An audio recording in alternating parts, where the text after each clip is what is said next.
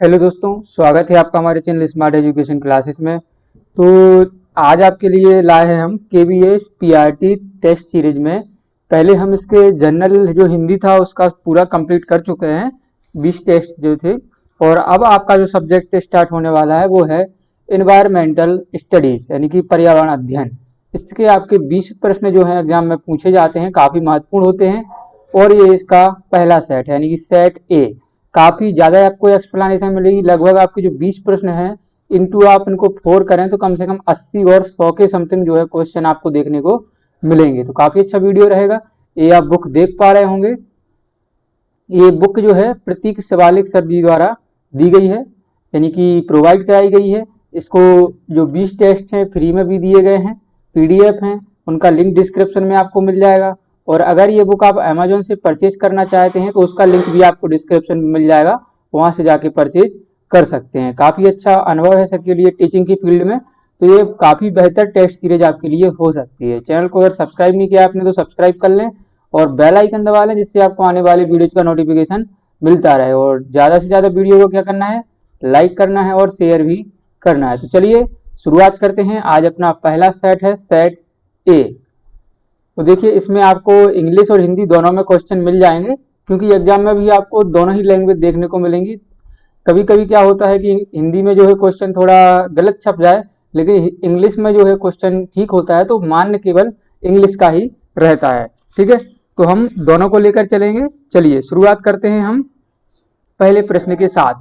तो हिंदी में पढ़ेंगे, इंग्लिश में लिखा हुआ है, जब जरूरत पड़ेगी तो इंग्लिश में भी रीड कर लिया जाएगा। चलिए, वर्षा प्रतिमान किस पर निर्भर करता है? भूमिगत जल स्तर पर, किसी क्षेत्र में जलाशयों की संख्या पर, या किसी क्षेत्र की मानव समष्टि का घनत्व प्रतिमान, यानी कि जहां पर जो है मनुष्य रह रहे हैं उस पर, या किसी क्षेत्र की प्रमुख मौसम, किसी क्षेत्र का जो है प्रमुख मौसम। तो आपको बताना है कि जो वर्षा प्रतिमान किस पर निर्भर करता है। तो देखिएगा इसका जो सही उत्तर है वो किसी क्षेत्र के जलाशयों की संख्या पर। ठीक है, ऑप्शन नंबर जो आपका 2 दिया है, किसी क्षेत्र की जलाशय की संख्या पर ये सारी चीजें जो है निर्भर करती हैं कि कहाँ पर कितनी वर्षा होगी। ठीक है ना, क्योंकि मान लीजिए आपका ये कोई एक तालाब है, ठीक है ना, यहाँ पर ये क्या भरा है, पानी भरा हुआ है। ठीक है ना, अब क्या है कि यहाँ पर जो है धूप निकली, बाष्पोत्सर्जन हुआ, तो बाष्पोत्सर्जन जो होगा वो क्या होगा, जहाँ पर बादल ज्यादा बनेंगे, तो यहाँ पर मान लीजिए इसने क्लाउड भी ज्यादा बना लिए, तो वर्षा कहाँ ज्यादा होगी, जहाँ पर बादल ज्यादा होगी तो वो यहीं पर बरस जाएगा। लेकिन ऐसे नहीं, ये कंडीशन अकेले अप्लाई नहीं होती, इसके लिए पहाड़ों बादलों का टकराना, बादल पिघलेंगे तभी जो है बारिश होती है। लेकिन मोस्टली जो है रीजन आपका कारण यही रहता है कि जहाँ पर जलाशयों की संख्या ज्यादा होगी वहां पर वर्षा भी ज्यादा होती है। मान लीजिए आपने रेगिस्तान का उदाहरण ले लें, राजस्थान का। ठीक है ना, राजस्थान में क्या है, लगभग 60% जो है भूमि क्या है, बिल्कुल अनुपजाऊ है, सूखी है, यानी कि रेगिस्तान है। तो वहां पर जलाशय है नहीं, तो बेसिक सी बात है वहां पर वर्षा कम होती है। ठीक है ना, तो इस प्रकार से ये जो सारी चीजें होती हैं। ठीक है, जो अन्य 3 दिए गए हैं, भूमि की जल स्तर, इससे वर्षा का कोई संबंध नहीं है। ठीक है ना, किसी क्षेत्र की मानव समष्टि, तो लोगों से कोई महत्व नहीं पड़ता है, और साथ ही प्रमुख मौसम, इनका भी कोई महत्व नहीं होता है। तो उत्तर हो गया आपका ऑप्शन नंबर 2। चलिए आगे बढ़ते हैं अगले प्रश्न की तरफ।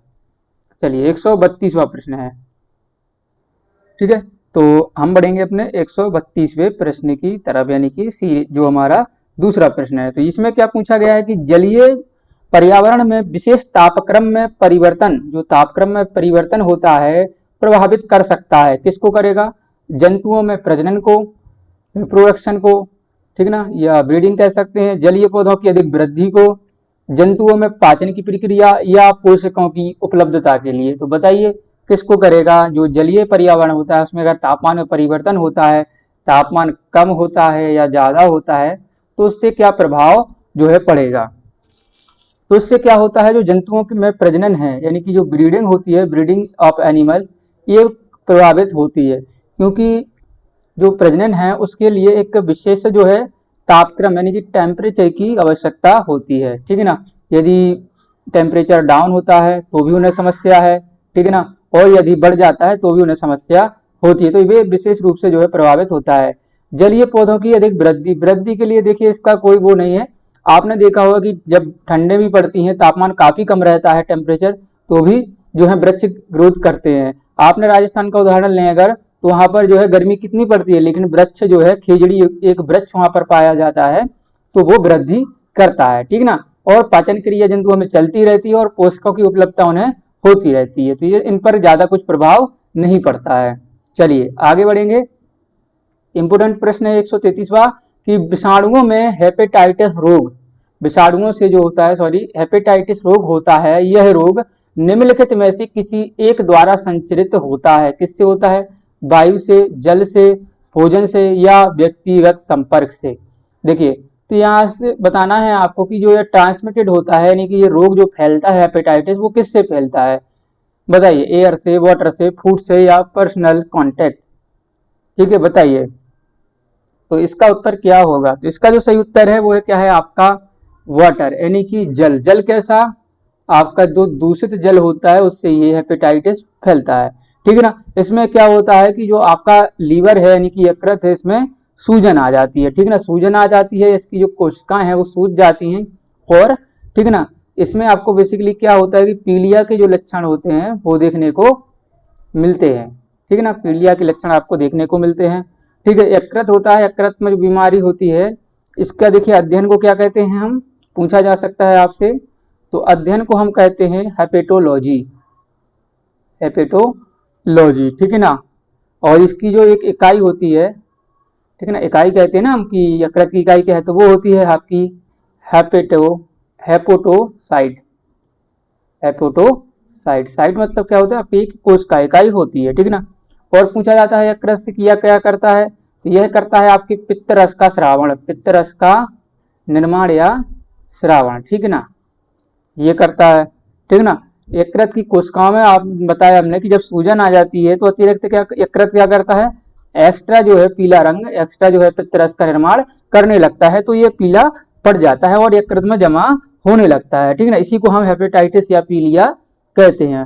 और यकृत की जो सूजन होती है, यकृत में जो सूजन होती है, ये भी पूछा जाता है कि इसको क्या कहते हैं, इसको कहते हैं हम लीवर सिरोसिस, ठीक है ना, सिरोसिस इसे हम कहते हैं, ये भी आपसे पूछा जा सकता है, तो इतनी चीजें आपको याद रखनी है। ऑप्शन होगा इसका जल। चलिए 134वां प्रश्न है, आपसे पूछा गया है कि नीचे दी गई आहार श्रृंखला में मान लीजिए कि चौथे जो है पोषी स्तर पर ऊर्जा की मात्रा 5 kg, 1 kg आपको कुछ नहीं है, सिंबल के रूप में बताया गया है, इस पर ज्यादा ध्यान ना दें, केवल 5 को लेकर चलते हैं हम, ठीक है, 5 है। तो बताइए कि उत्पादक स्तर पर कितनी ऊर्जा उपलब्ध होगी, यानी कि ये बताई गई है आपकी किस पर बताई गई है, चौथे, यानी कि 1 2 3 4, सांप की बताई गई है आपके लिए 5, और आपको बतानी है किसकी, घास की, तो घास का कितना होगा ये जो उत्पादकता है, तो बताइए क्या होगा, इसका उत्तर 5 रहेगा, 50 हो जाएगा, या 500 होगा, या 5000, कितनी ऊर्जा जो है वो रहेगी, कैलोरी जूल, ठीक है ना, बताइए, ये बताना है आपके लिए। तो देखिए इसमें क्या होता है, आपका एक 10% का लॉ काम करता है, 10% का एक नियम आया था, जिसे आपके देखिए किसने दिया था, लिंडमैन ने ये नियम दिया था आपका, ठीक है। लेकिन क्या हुआ था, इसको प्रस्तुत, देखिए नियम तो उन्होंने बना दिया, लेकिन इसे जो प्रस्तुत किया था वो किया था इसे ऑडम ने, तो इसे ऑडम्स 10% लॉ भी कभी कभी कहा जाता है। कब किया था, 1983 में इन्होंने ये किया था। तो इसमें क्या होता है, मान लीजिए ये आपका एक व्यक्ति है, और ये दूसरा व्यक्ति है, ये तीसरा है, और ये के चौथा, जानवर है, जंतु है, पौधे, कुछ भी ले सकते हैं। तो इसमें से मान लीजिए ऊर्जा थी कितनी, 1000। अब क्या होगा कि इसने, इस वाले ने इससे ऊर्जा लिया, इसको खा लिया, कुछ भी कर लिया, तो इससे 10% का लॉस होके इसके पास कितनी बचेगी, 100, ठीक है ना, 1000 में से जाएगी आपका एक जीरो कम हो जाएगा, तो बचेगी आपकी, इसके पास पहुंचेगी 10% कम, तो हो जाएगा आपका 100, ठीक है ना, 10% का लॉस होता जाएगा, ठीक है ना। तो इसके बाद आपका कितना बचेगा यहाँ पर 10, इसको, ठीक है ना, 10%, और इसको मिलेगा 1, ठीक है ना। तो इस प्रकार से जो है इसका 10%, इसका 10%, ये सब इसमें चलता रहता है, इतनी ऊर्जा जो है खपत होती जाती है, ठीक है ना। तो इस प्रकार से ये चलेगा। मान लीजिए इसको देखिए, यहाँ देखिए, यहाँ पर क्या है, इसे, इसको समझिए, इसको आप छोड़ दीजिए, चलिए इसको हटा देते हैं, यहीं पर देखते हैं, ठीक है, यहाँ आपको इसी एग्जाम्पल से आप आसानी से समझ पाएंगे। देखिए 5 30 के पास इसमें हमने 10 का गुणा कर दिया, तो कितना हो गया आपका 50। इसमें भी हमने 10 का गुणा करिए तो कितना हो गया आपका 500, और इसमें भी हमने 10 का कर दिया तो क्या हो जाएगा 5000। तो 10 करके जो है इसकी ऊर्जा जो है इस प्रकार से ये यहाँ पर थी 5000, ये खपत होते होते होते यहाँ पर कुल केवल 5 बची। तो उत्तर हो जाएगा आपका उत्पादकता का जो स्तर था या उपलब्ध ऊर्जा थी तो वो कितनी थी आपकी 5000। ठीक है ना। इस प्रकार से ये सारी चीजें आपको याद रखनी है। 100 जो है 34वां ये आपका प्रश्न था। प्रश्न कैसे लग रहे हैं कमेंट करके जरूर बताते रहिएगा, जिससे आपका जो है पता चलता रहे हमें कि आपको समझ आ रहा है कि नहीं। चलिए, और वीडियो को लाइक जरूर करें। चलिए, 135वां प्रश्न है, गंगा नदी कॉलीफॉर्म जीवाणुओं के प्रचुर मात्रा में पाए जाने का प्रमुख कारण क्या है। कॉलीफॉर्म जो जीवाणु होते हैं गंगा नदी में पाए जाते हैं, इसका कारण क्या है। जल में अजली लाशों को प्रवाहित कर रहे हैं लोग, इलेक्ट्रोफ्लेटिंग उद्योगों से निकलने वाले बहिस्रावों का प्रवाहित किया जाना, या कपड़े धोना, या भस्म को जल में प्रवाहित करना। देखिए, बेसिकली गंगा नदी ज्यादातर कहाँ है आपकी, प्रयागराज। प्रयागराज में जो कुछ होता है इसमें ज्यादा हो जाता है। तो इसमें क्या कर रहे हैं लोग, इसका जो इसमें क्या कर रहे हैं कि लोग जो है यानी कि जो लाशें हैं, अजली लाशें हैं, ठीक है ना, उसको क्या करते हैं जल में फेंक देते हैं। तो उत्तर तो आपका यही है, लेकिन समझिए, समझने के बाद क्या है कि इसमें आपने फेंक दिया तो इसमें क्या होगा, जो कॉलीफॉर्म जीवाणु हैं इनकी मात्रा जो है बढ़ती जाती है और ये एक दूसरे को इनक्रीज करते जाते हैं और ये काफी ज्यादा बढ़ जाती है। तो इससे क्या होते हैं, जो आपकी जल है, जल में जो ऑक्सीजन होती है, ठीक है ना, ऑक्सीजन जिसे हम कहते हैं डीएस, डिजोल्व ऑक्सीजन, घुलित ऑक्सीजन, घुलित O2, इससे क्या होता है जल में रहने वाले जीव हैं वो इसको क्या करते हैं, इसी से श्वसन करते हैं। तो जब ये हम अजली लाशों को डालेंगे, कॉलीफॉर्म जीवाणु बढ़ेंगे, तो ये ऑक्सीजन क्या हो जाती है, धीरे धीरे कम होती जाती है। तो इससे क्या होता है, जल की जो बीओडी है, बायोलॉजिकल ऑक्सीजन डिमांड, ठीक है ना, ये क्या होती है, बढ़ जाती है। तो ऑक्सीजन इसमें ज्यादा जरूरत पड़ती है जीवों के लिए। तो इससे क्या हो जाता है, वो जो जीव हैं वो मरने लगते हैं, ठीक है ना। और साथ ही क्या होता है, ये मनुष्य की जो है आंतों को काफी हानिकारक होता है, और उससे क्या होता है, मनुष्य जो है, मनुष्य और पशु दोनों बीमार पड़ने लगते हैं, उनका स्वास्थ्य खराब होता रहता है। तो इससे होता है ये नुकसान, ठीक है ना, ये इसका रीजन रहा। चलिए आगे, 136वां प्रश्न पूछा गया है कि बाढ़ के पानी से जलमग्न नालियों के आर पार छोटे छोटे रोक बांध बनाना महत्वपूर्ण होता है, क्योंकि आपके लिए विकल्प हैं, सिंचाई के लिए पानी रोके रखते हैं, दूसरा है पानी रोके रखते हैं और मृदा कटाव को नहीं होने देते, भूजल का पुनर्भरण हो जाता है, और पानी को स्थायी तौर पर रोके रखते हैं। तो आपने देखा होगा कि मान लीजिए ये आपकी जो है एक नालियां हैं, ठीक है ना, बेसिकली ये नाली निकली हुई है बाहर। तो इससे क्या होता है, जो बाढ़ आते हैं तो शहरों में क्या करते हैं, गांव में भी आपने देखा इसके जो अगल बगल में छोटे छोटे बांध बना दिए। मान लीजिए ये गया और ये एक छोटा सा बांध बन गया, और ये इधर भी एक छोटा सा बांध इन्होंने बना दिया। इससे क्या होता है कि जो ये पानी इधर जा रहा है और इसमें भी भर जाएगा धीरे धीरे, और इसमें भी ये भर गया। अब क्या होगा कि ये यहाँ भरा रहेगा, इससे क्या होगा, जमीन का जो वाटर लेवल है वो भी बढ़ेगा, क्योंकि जो भूजल का पानी है वो इसमें भरता जाएगा, ठीक ना। और क्या होगा, ये पानी को रोके रखते हैं और मृदा के कटाव को रोकते हैं। ये यहाँ पर भर लिया, ठीक है ना, तो अब यहाँ की जो बगल की मृदा है इस पर ज्यादा दबाव नहीं पड़ेगा, और साथ ही यहाँ पर जो है बहाव कम हो जाएगा, तो जो मृदा है वो कटेगी नहीं। तो आपका ऑप्शन नंबर 2 और 3 तो कहाँ है, इसमें, ठीक है। पानी को स्थायी तौर पर रोके रहते हैं, ऐसा कुछ नहीं है। जब ज्यादा पानी हो जाता है तो जो बांध वाले हैं वो उसको क्या करते हैं, हमें निकालना पड़ता है, नहीं तो बांध फट भी सकता है, ठीक है। बेसिकली भारत में ऐसी कंडीशन अभी तक नहीं हुई है कि कोई भी बांध फटा हो, ठीक है ना, छोटी मोटी घटनाएं जरूर होती रहती हैं। तो ये इसका जो उत्तर नहीं होगा। और साथ ही क्या, सिंचाई के लिए पानी रोके, तो सिंचाई के लिए केवल पानी नहीं रोकते हैं, सिंचाई का तो कहीं से भी सिंचाई हो जाएगी। काफी बड़े बड़े बांध हैं, नहरें बना दी गई हैं, कैनाल हैं आज के समय में, तो वहां से ये सब हो सकता है। चलिए अगले प्रश्न पर, 137वां प्रश्न आपसे पूछा गया है कि किस तरह के संरक्षण में खतरे वाले जानवरों और पौधों को उनके प्राकृतिक आवास से बाहर निकाला जाता है, और विशेष उद्यानों या क्षेत्रों जैसे जूलॉजिकल पार्क हो गए और बॉटनिकल गार्डन में सुरक्षित किया जाता है, यानी कि जू, चिड़ियाघर भी कह सकते हैं। तो पूर्वोत्तर संरक्षण, C2 संरक्षण में, लाल सूची संरक्षण, या इनमें से कोई नहीं। तो देखिए ये आपको हिंदी में थोड़ा लग रहा होगा, समझ नहीं आ रहा होगा। यहाँ पर देखिए एक्स सेतु कंजर्वेशन, इन सेतु कंजर्वेशन और रेड लिस्ट कंजर्वेशन। तो रेड लिस्ट में क्या लिखते हैं, जो मतलब जो प्रजातियां जीवों की खतरे में है तो उनको हम रेड डाटा लिस्ट में डाल देते हैं। चलिए अब समझते हैं हम एक्स सेतु और इन सेतु क्या होता है, ठीक है ना। तो एक्स सेतु क्या होता है आपका, एक्स सेतु क्या होता है, इसमें आपको जैसे आपके चिड़ियाघर हो गए, तो इसमें जो जीव हैं उनके लिए उनके प्राकृतिक आवास से उठाकर, मान लीजिए उन्हें जंगल में कोई कह सकते हैं उन्हें दिक्कत हो रही है, जो कई मनुष्य उनको नुकसान पहुंचा रहे हैं या अन्य जानवर उनको नुकसान पहुंचा रहे हैं, तो उनको चिड़ियाघर आदि में डाल दिया जाता है। जैसे कई आपके लायन हो गए, ठीक ना, जो विलुप्त होने वाले थे तो उनको हमने क्या किया, उनका संरक्षण किया, तो उनको चिड़ियाघर में डाल दिया। कोई मंकी है, कोई भालू है, तो उनको चिड़ियाघर में रख दिया, तो वो क्या कहलाता है, इनका एक सेतु कंजर्वेशन, उनके प्राकृतिक आवास से दूर है, ठीक है।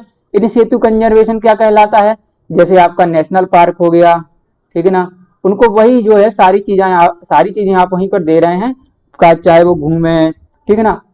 तो उनका जो जंगल हो गए, तो ये क्या है आपके इन सेतु कंजर्वेशन है, क्योंकि वो वहीं पर रह रहे हैं, ठीक है ना। जैसे अगर आपको आपकी भाषा में समझा दिया जाए तो एक सेतु कंजर्वेशन क्या होगा, एक सेतु कंजर्वेशन होगा, मान लीजिए आपको एक होटल में रख दिया जहाँ का आपको जो है समझ नहीं आ रहा कुछ, लेकिन आपके घर में है आप, ठीक है ना, तो वो क्या है आपका इन सेतु कंजर्वेशन, जो आपको स्वभाव के मुताबिक है और एक नेचुरल है, प्राकृतिक है, ठीक है ना। ये जो एक सेतु होता है ये प्राकृतिक नहीं होता है, लेकिन बना दिया जाता है, ये बिल्कुल उनका प्राकृतिक रहता है। तो उत्तर होगा इसका पूर्वोत्तर संरक्षण या एक्स सेतु कंजर्वेशन, ठीक है ना, इसका उत्तर होगा एक्स सेतु कंजर्वेशन।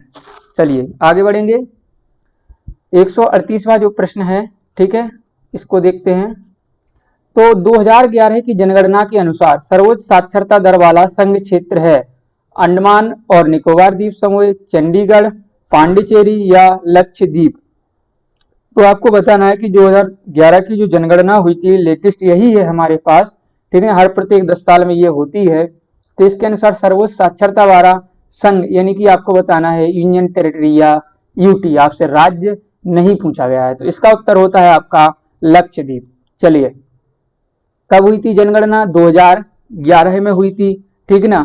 सर्वोच्च साक्षरता दर हमने आपको बता दिया यूटी में थी लक्षद्वीप की, ठीक है ना। अगर आपसे राज्य पूछ लिया जाए, ठीक है ना, सबसे, एक सेकेंड, स्पष्ट रूप से लिखा जाए तो आपको ज्यादा बेहतर रहेगा। सबसे ज्यादा किसकी रही थी साक्षरता राज्यों में, तो केरल की, ठीक है, ये भी आपसे पूछा जा सकता है।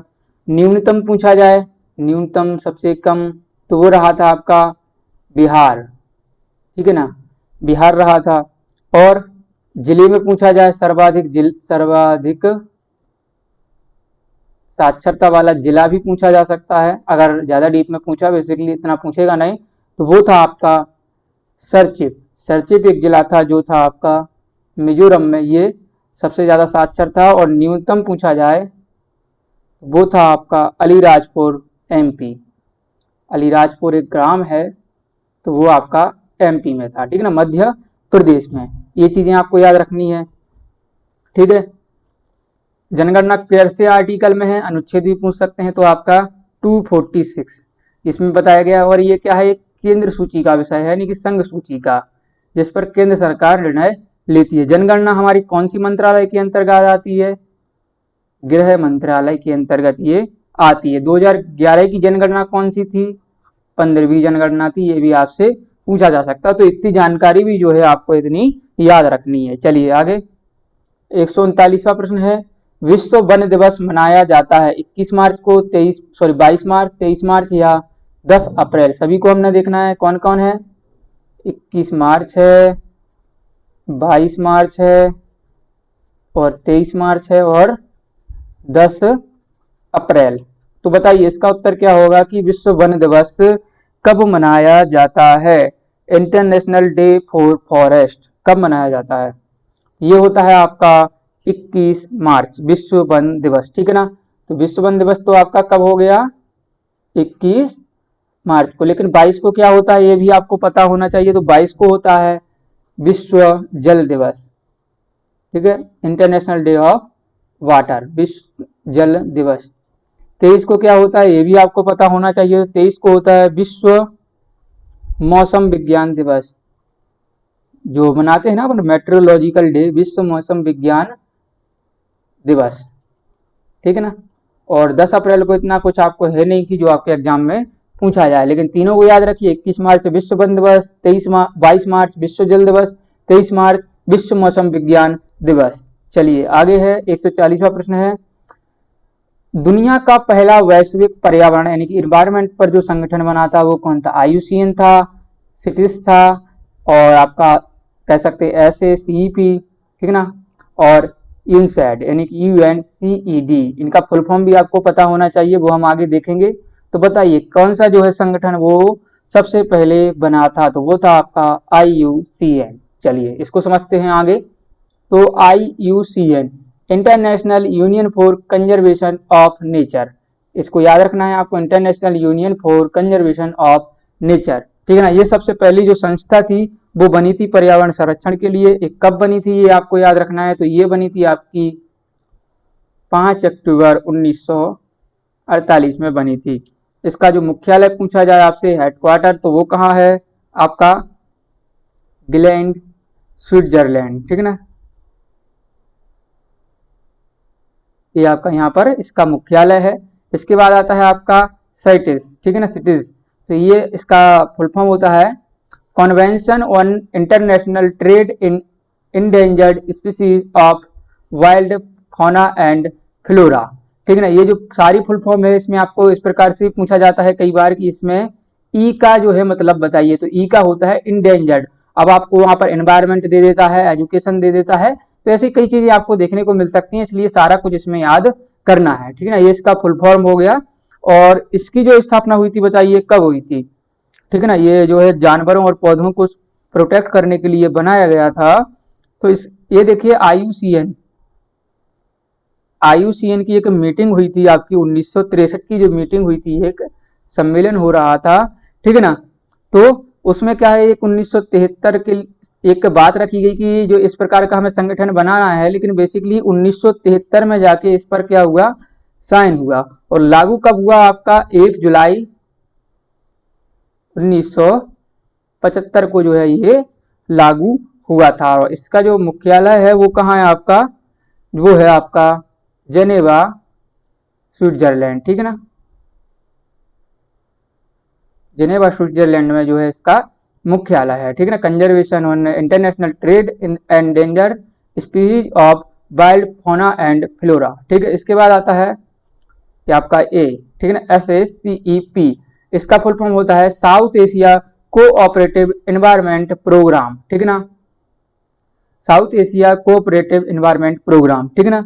इसका क्या हुआ था, इसका जो है फॉर्मेशन हुआ था 1982 में, और इसका जो मुख्यालय है वो है कोलंबो, श्रीलंका है। केवल इसके बारे में इतना ही आपको याद रखना है, ठीक है ना। कोलंबो श्रीलंका में जो है इसका मुख्यालय है। चलिए आगे है आपका यूनिसेड। यूनिसेड क्या है आपका? The union nation conference on environment and development, ठीक है ना। तो इसमें क्या है, इसकी भी सारी चीजें आपको याद रखनी है। तो ये आपका फुल फॉर्म हो गया, याद रखना है इसके लिए। और ये कब बना था आपका? तो ये बना था 1992, ठीक है ना। रियो डी जेनेरियो जो सम्मेलन होते थे उनमें ये बात रखी गई थी। और इसे हम क्या पृथ्वी सम्मेलन भी कहते हैं, ठीक है ना, पृथ्वी सम्मेलन भी से कहा जाता है, ठीक है ना। तो ये हो गया है आपका यूनिसेड। चलिए आगे बढ़ेंगे। 141वां जो आपसे प्रश्न पूछा गया है, इसमें क्या पूछा गया है कि लुप्त प्राय प्रजातियों में अंतरराष्ट्रीय व्यापार पर सम्मेलन प्रभावी रूप से हुआ। 5 अक्टूबर 1948, 1 जुलाई 1975, 5 जून 1972 या 5 दिसंबर 1983। तो बताइए कब हुआ? तो इसका जो आपका सही उत्तर हमने इसके पहले ही डिस्कस किया है, 1 जुलाई 1975। किसके बारे में पूछा गया है आपसे बताइए? ये पूछा गया है आपसे इसके बारे में, साइटिस, ठीक है ना, सिटिस, साइट्स भी इसे पढ़ते हैं, साइट्स, ठीक है ना। जो conservation on international trade in endangered species जो आपको बताया हमने, हेडक्वार्टर कहाँ है इसका? जेनेवा, स्विट्जरलैंड में। चलिए आगे है, नेक्स्ट प्रश्न की तरफ बढ़ेंगे हम। तो अगला जो आपसे प्रश्न है 142वां की भारत द्वारा बनाई गई पंचवर्षीय योजनाओं की कुल संख्या है, कितनी है? अब तक कितनी पंचवर्षीय योजनाएं आ चुकी हैं? 12, 11, 10 या फिर 2013 है। बताइए, तो वर्तमान में जो आपकी खत्म हुई थी वो लेटेस्ट थी आपकी 12वीं पंचवर्षीय योजना। ठीक है, इसमें क्या था, फर्स्ट कब थी ये भी आपसे पूछ सकते हैं, जो आपसे पूछा जा सकता है वो सब बता रहे हैं। पहली थी आपकी 1951 से चली थी 1956। ठीक है, ये पूछा जाता है। एक पूछा जाता है कि हरित क्रांति के समय कौन सी पंचवर्षीय योजना चल रही थी, तो उस समय हरित क्रांति कब आई थी, 1966 में, 1966 में। तो इस समय तो क्या था, इस समय तो आपका योजना आपका चल रहा था, यानी कि कोई जो है पंचवर्षीय योजना नहीं चल रही थी। ठीक है, अब एक और पूछा जाता है कि नाबार्ड, जब नाबार्ड आपने पढ़ा होगा, काफी इंपॉर्टेंट संस्था है, ठीक है ना, जो रूरल बैंक है आपका, ग्रामीण बैंक है, तो इसकी स्थापना कब हुई थी, 1982 1982 में। तो इस समय कौन सी पंचवर्षीय योजना थी, तो इस समय थी आपकी 6वीं पंचवर्षीय योजना, ये भी पूछा जाता है। ठीक ना, 12वीं कब तक रही थी आपकी, तो वो रही थी आपकी 2012 से बनाई गई थी 2017 के लिए। ठीक है, लेकिन क्या हुआ था आपका 1 जनवरी और 2015 में क्या हो गया था, एक आयोग बन गया था, योजना आयोग की जगह वो क्या बना गया था, नीति आयोग। ठीक है ना, फिर ये क्या हुआ था, इसका नाम परिवर्तित कर दिया गया था, नीति आयोग जो मोदी सरकार के टाइम पर ये बना दिया गया था। ठीक है, इतनी चीजें आपको याद रखनी है। वर्तमान में जो आपकी लेटेस्ट खत्म हुई थी वो हुई थी 12वीं पंचवर्षीय योजना। चलिए आगे 143वां है कि सेब का पूरा नाम क्या है। फुल फॉर्म काफी इंपोर्टेंट होते हैं, इसलिए जो है आप याद करके जाइएगा, जो भी हम बताते हैं नोट करके जाएं। सेब का पूरा नाम क्या है, बताइए। सस्टेनेबल एशियाज वल्चर्स एंडेंजर्ड, या सस्टेनेबल अमेरिकाज वल्चर एंडेंजर्स, या saving America's vulture from extension, या saving Asia's vulture from extension. बताइए क्या है। देखिए बेसिकली वल्चर मीन्स क्या होता है, आप पढ़ रहे हो तो क्या होता है, वो हम गिद्ध के लिए प्रयोग करते। वल्चर मीन्स होता है आपका गिद्ध, ठीक है ना। तो गिद्धों जो थे ये विलुप्त हो रहे थे, तो इनको बचाने के लिए एक जो है प्रोग्राम लाया गया था, जिसे कहते थे अपन सेब के नाम से बुलाया गया था। तो इसका फुल फॉर्म था आपका saving Asia's vulture from extension, यानी कि जो गिद्धों को विलुप्त होते हैं उन्हें हमें बचाना है। ठीक है ना, तो इसका आप फुल फॉर्म याद रखिएगा। चलिए आगे बढ़ेंगे अगले प्रश्न की तरफ। अगला प्रश्न 144वां कि ऐसे क्षेत्र जहां निजी स्वामित्व की अनुमति नहीं है और वन्य जीवन के सुधार के लिए आरक्षित है, दोनों जीव और वनस्पति जंगली जहां वे स्वतंत्र रूप से निवास और प्राकृतिक संसाधनों का उपयोग करते हैं, किसके रूप में जाना जाता है। राष्ट्रीय उद्यान कहते हैं, यानी कि नेशनल पार्क, जैव विविधता हॉटस्पॉट यानी कि बायोडायवर्सिटी हॉटस्पॉट, या बायोस्फीयर रिजर्व कहते हैं, या वन्यजीव अभ्यारण्य कहते हैं। तो देखिए हम गोला बना रहे हैं एक, ठीक ना। तो यहाँ कहीं आपके जैसे आ गए बायोस्फीयर रिजर्व आ गए, कहीं आपकी वाइल्ड लाइफ सेंचुरीज आ गई, लेकिन जो ये मुख्य देख रहे हैं आप रेड से बिल्कुल हमने फिल कर दिया है, तो ये होता है आपका नेशनल पार्क। ये बिल्कुल एक कोर एरिया कहा जाता है, जहां पर आपका जो ह्यूमन एक्टिविटी है, मानव गतिविधियां हैं, वो बहुत ही कम होती हैं या ना के बराबर होती हैं। केवल वही गतिविधियां की जाती हैं जिससे जंगल में लाभ हो, यानी कि जानवरों को कोई नुकसान ना हो, और वो भी पूरी देखरेख में होती हैं। तो कह सकते हैं कि निजी स्वामित्व की अनुमति वहां पर नहीं होती है। ठीक है, आप यहाँ तो आ जा सकते हैं इसके अगल बगल, लेकिन यहाँ जो मेन फील्ड है वहां पर आपको नहीं जाने दिया जाता है। तो ये होता है आपका नेशनल पार्क। चलिए बताइए कि जो नेशनल पार्क बने थे वो कैसे बने थे, यानी कि किस एक्ट के अंदर बने थे। तो वो बने थे आपके वाइल्ड लाइफ एक्ट, वो बने थे आपके वाइल्ड लाइफ प्रोटेक्शन एक्ट, आपका आया था 1972। ठीक है ना, वाइल्ड लाइफ प्रोटेक्शन एक्ट 1972 के आधार पर ये बने थे। ठीक है ना, ये कोई एरिया होता है। और पहला नेशनल पार्क बताइए, फर्स्ट नेशनल पार्क कौन सा था, तो वो था आपका हैली नेशनल पार्क। ठीक ना, वर्तमान में जो क्या है आपका जिम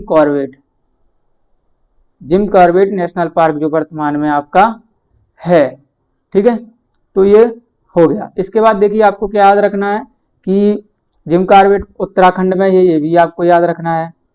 उत्तराखंड में जिम कॉर्बेट नेशनल पार्क आपका है। ठीक है ना, जिम कॉर्बेट कौन थे, एक ये हंटर थे, एक शिकारी थे, उन्हीं के नाम पर इस जो है नेशनल पार्क का नाम रख दिया गया था। चलिए आगे 145वां कि 19वीं शताब्दी के मध्य में भक्ति की परंपरा का पालन करने वाले किस सामाजिक संगठन ने सभी जातियों की आध्यात्मिक समानता में विश्वास व्यक्त किया था? आर्य समाज, प्रार्थना समाज, ब्रह्मो समाज या वेद समाज? तो बताइए इसका उत्तर क्या होगा? तो इसका जो उत्तर है, जो जिन्होंने क्या किया था, शताब्दी के मध्य में भक्ति की परंपरा का पालन करने वाले किस सामाजिक संगठन ने सभी जातियों की आध्यात्मिक समानता में विश्वास, यानी कि सभी जो जातियां थी उनकी आध्यात्मिक समानता में विश्वास किया था, तो वो थी आपकी प्रार्थना समाज। ठीक है, तो प्रार्थना समाज की हम बात करें, अगर जब बात आती है प्रार्थना समाज की, तो इसकी स्थापना किसने की थी? आत्माराम पांडुरंग। आत्माराम पांडुरंग आपने नाम सुना होगा। ठीक है, इनके साथ थे आपके महादेव रानाडे। महादेव रानाडे इनके साथ थे। कब हुई थी? तारीख याद रखें तो 31 मई तारीख थी और सन था आपका 1867 और जगह थी मुंबई, यानी कि मुंबई। ठीक है, दूसरा आपके बारे में बताया गया है कि आर्य समाज। तो आर्य समाज के बारे में हम बात करेंगे तो आर्य समाज में क्या था कि जो है ये हिंदू स्वराज आंदोलन था एक, जिसकी स्थापना की थी आपके दयानंद सरस्वती जी ने। आर्य समाज की स्थापना दयानंद सरस्वती जी ने। ठीक है, कब की थी? 1875 में की थी और जगह थी क्या? गिरगांव मुंबई। ठीक है ना, गिरगांव मुंबई। इसके बाद आपको दिया है क्या? ब्रह्म समाज। ठीक है ना, ब्रह्म समाज। तो ब्रह्म समाज के बारे में याद रखें कि सामाजिक और धार्मिक आंदोलन था एक, ये भी पूछा जा सकता है, सामाजिक व धार्मिक आंदोलन। ठीक है, ये था। और साथ ही क्या सा इसकी स्थापना पूछी जाती है, तो ब्रह्म समाज की जो स्थापना की थी वो की थी आपके राजा राम मोहन रॉय। राजा राम मोहन रॉय ने, उनके साथ रविन्द्रनाथ टैगोर जी भी थे, और ये हुई थी आपकी 1828 में। कहाँ हुई थी? कोलकाता। ठीक है ना। चलिए आगे और देखिए, एक था पूछा गया है आपसे वेद समाज। तो वेद समाज के बारे में याद रखिएगा, इसकी स्थापना की थी केशव चंद्र सेन ने। केशव चंद्र सेन ने। ठीक है, कब की थी? 1864 में। और कहां पर? मद्रास। ठीक है ना। तो चार चीजें आपको याद रखनी है, प्रार्थना समाज, आर्य समाज, ब्रह्म समाज और वेद समाज। चलिए आगे बढ़ेंगे। 146वां प्रश्न है आपसे कि द्राक्षा कृषि यानी कि वर्टिकल्चर, विटिकल्चर, ठीक है ना, विटिकल्चर, ठीक है ना, विटिकल्चर से अभिप्राय है विशेष रूप से निर्मित तालाबों और पोखरों, मत्स्य पालन, अंगूरों की खेती, रेशम के कीटों का वाणिज्यिक पालन या वाणिज्यिक उपयोग के लिए सब्जियों, फलों और फूलों का जो है ये व्यापार कह सकते हैं। ठीक है ना। चलिए तो बताइए क्या है, आपको बताना है बेसिकली कि विटिकल्चर क्या है।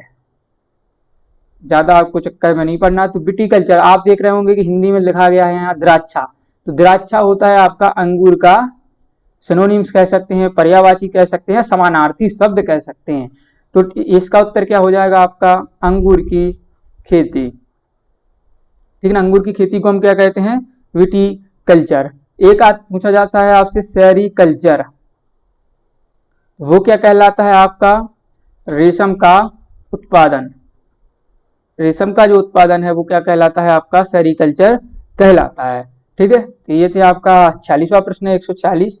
चलिए 147वां है, करीब 1800 साल पहले एक प्रसिद्ध तमिल महाकाव्य शिलप्पदिकारम की रचना निम्नलिखित में से किसने की? इलांगो ने की, थिरुवल्लुपुर, नक्करिर या संतनार? बताइए सत्यनाथ किसने की थी आपकी? ये जो है चारों आपके तमिल कवि हैं, संगम कवि हैं। ठीक है ना इनमें।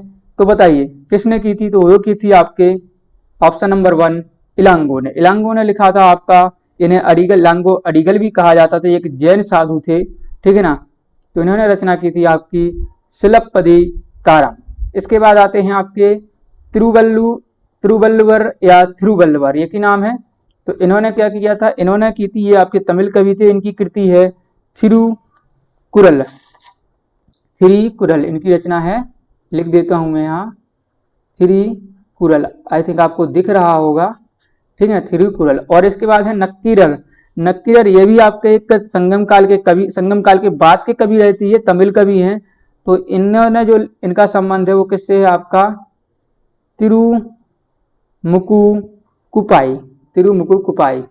ये थोड़ा नाम जो है साउथ इंडिया के हैं, इसलिए थोड़ा लेने में प्रॉब्लम हो सकती है, उच्चारण भी गलत हो सकता है क्योंकि वहाँ की भाषा थोड़ी अलग होती है। तो उसको आप थोड़ा लिख के याद करें। सत्यनार, सत्यनारायण का संबंध किससे है, ठीक है ना, या इन्हें चिट्टिलताई भी कहते हैं। इनका महाकाव्य है एक मणि मैकले, ठीक है ना, मणि मैकले, इन्होंने इसकी रचना की थी। तो ये सारी चीजें जो है आपको याद रखनी है, ठीक है ना दोस्तों। अगर एक्सप्लेनेशन पसंद आ रही है तो इतना जरूर करें कि वीडियो को लाइक करिएगा। चलिए 148वां आपसे प्रश्न पूछा गया है कि बुद्ध को ज्ञान प्राप्त हुआ कहाँ हुआ था, बोध गया में हुआ था, मगध में, सारनाथ में, या फिर वाराणसी में। तो भगवान बुद्ध, गौतम बुद्ध, बताइए कहाँ हुआ था।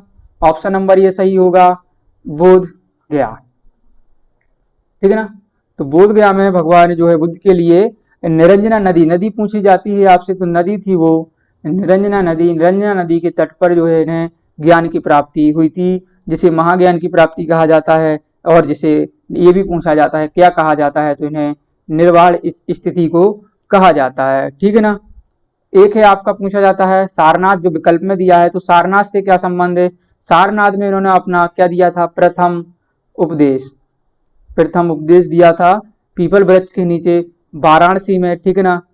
वाराणसी में ये दिया था इन्होंने पीपल वृक्ष के नीचे, वैशाख महीना था ये भी बताया जाता है, और पूर्णिमा थी, ठीक है। और साथ ही एक कहानी बताई जाती है, एक सुजाता नाम की कन्या थी जो इनके लिए खीर लाई थी, तो उन खीर खाकर ही जो है भगवान बुद्ध जी ने जो है अपना प्रथम उपदेश दिया था, ठीक है। जिसे क्या कहा जाता है, धर्म चक्र परिवर्तन, धर्म चक्र परिवर्तन, ठीक है ना। यह परिवर्तन, ये यहाँ पर परिवर्तन भी आपको कहीं मिल जाएगा देखने को।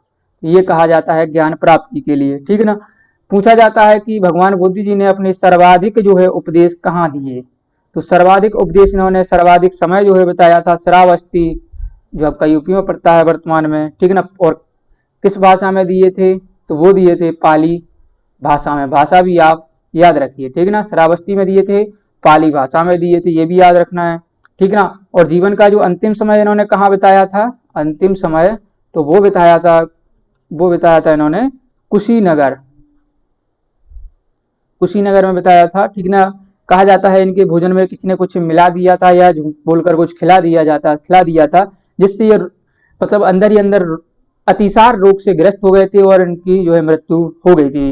वो कुशीनगर में ये नदी भी नदी भी एग्जाम में पूछे तो वो नदी थी हिरण्यावती नदी, हिरण्यावती नदी थी। और इस जो क्रिया को था मृत्यु की, इसे क्या कहा जाता था, इसे कहा जाता था आपका महापरिनिर्वाण, महापरिनिर्वाण इस स्थिति को कहा गया है, ठीक है ना। तो इतनी सारी चीजें आपको इम्पोर्टेंट हैं बुद्ध भगवान के बारे में, तो ये याद रखिएगा। चलिए आगे 149वां आपसे प्रश्न पूछा गया है कि कावेरी जल विवाद जो है इससे कौन से दो राज्य जुड़े हैं, आंध्र प्रदेश व तमिलनाडु, कर्नाटक और आंध्र प्रदेश, कर्नाटक और तमिलनाडु, या कर्नाटक और केरल। तो देखिए कावेरी जो जल विवाद है वो कर्नाटक और केरल के मध्य है, ठीक है ना।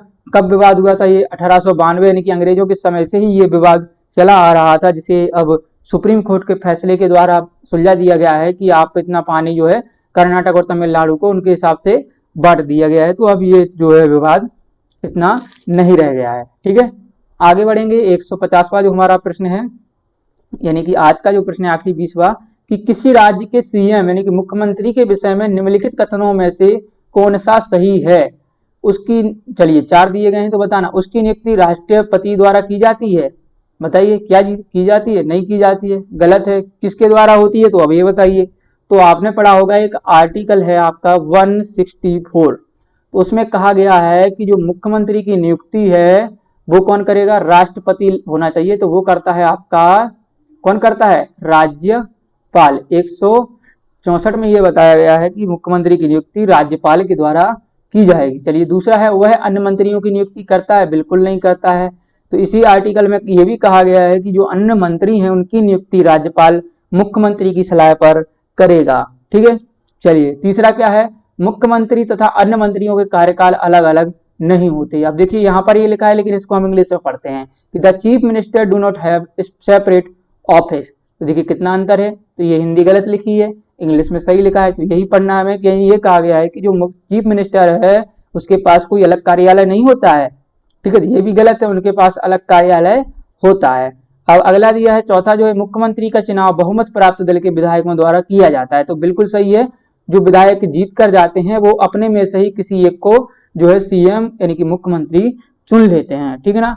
तो ये सारी प्रक्रिया इस प्रकार से होती है। हम सारा कुछ डिस्कस करते चलेंगे, आर्टिकल भी आपको बताएंगे, सारा सब कुछ काफी महत्वपूर्ण जो होगा वो बता दिया जाएगा। तो ये थे आज के 20 प्रश्न। ये पहला था सेट ए। तो इस पे आप कमेंट जरूर करें कम से कम, जिससे आपको हमें पता चल सके जो आपको बताया जा रहा है क्या वो आपके लिए महत्वपूर्ण है या नहीं है। और वीडियो अच्छा लगा है तो लाइक करके जाएं, शेयर भी करें और साथ ही चैनल को सब्सक्राइब भी करवाएं अपने दोस्तों के साथ। खुद नहीं किया है तो वो भी करें। धन्यवाद दोस्तों, हम जल्दी अगले वीडियो में मिलेंगे। जय हिंद, जय भारत।